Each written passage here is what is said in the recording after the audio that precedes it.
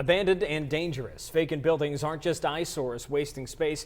They can be hotbeds of criminal activity and present unique challenges to cities. News 9's Gage Goulding brings us an in-depth look at Steubenville's fight against blight in this special assignment. Abandoned and dangerous uninhabited structures like this one here on Pennsylvania Avenue are littered throughout the city of Steubenville. While the city is working to demolish these buildings, it's a complex process involving time, money, and a lengthy legal undertaking.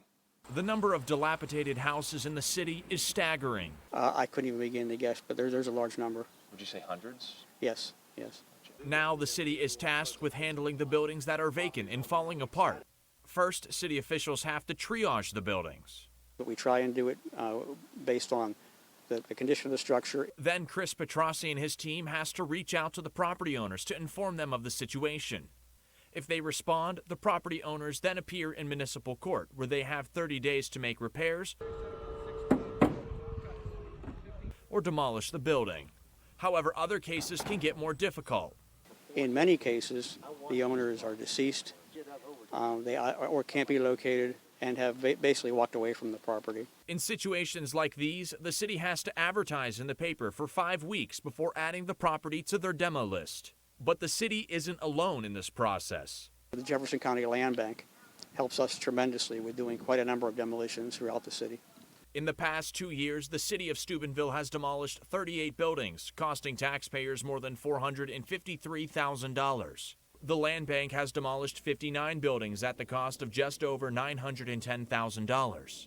In total, nearly $1.36 million spent, and almost 100 buildings stand no more. But tearing down buildings isn't something that happens overnight, meaning that dozens of buildings can remain a danger. This happened just over a month ago when a fire brought down a home on Wheeling's demo list, destroying the home next to it. City Manager Jim Mavromatis says the fire department has specific training for situations like this. It's making sure that no other structures around it are damaged. And our fire department has done a great job on that over the years that I've been here. But Mavromatis says he would like to see additional funding for building demos to avoid a fire from even happening. To do so, he says a levy would have to be passed. It would honestly be interesting to see how the citizens would react for a levy to demolish the buildings in town here. So we took to the streets to learn more about how neighbors feel about paying more to tear down more. Yes, absolutely. I mean, who wants to sit on the porch and look at that? I would. Personally, I know it's a tough process to get everything figured out and get the right people held responsible, but I say why not?